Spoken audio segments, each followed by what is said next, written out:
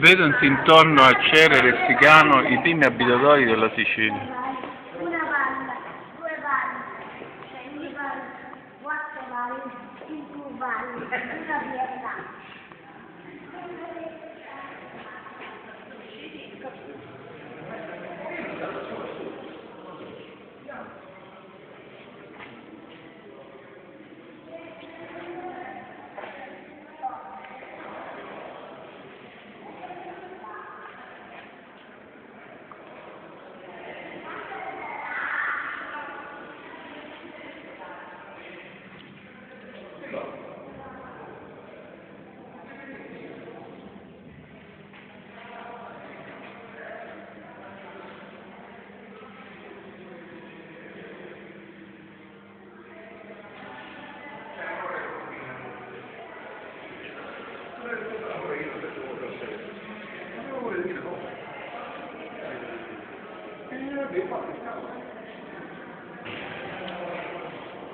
Schienale di un corsaletto fine secolo XVI.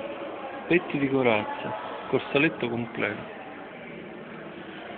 Elmo di cavalleria pesante, detto alla savoiarda.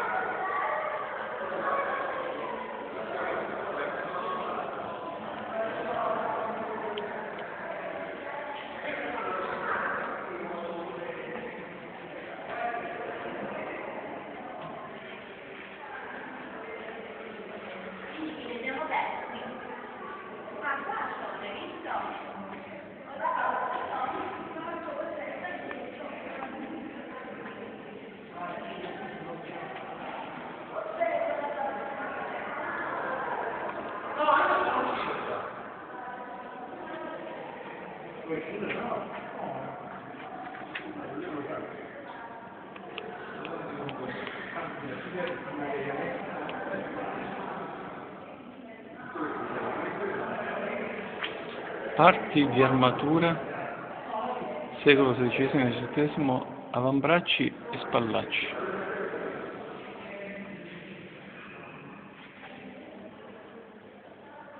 Manopala.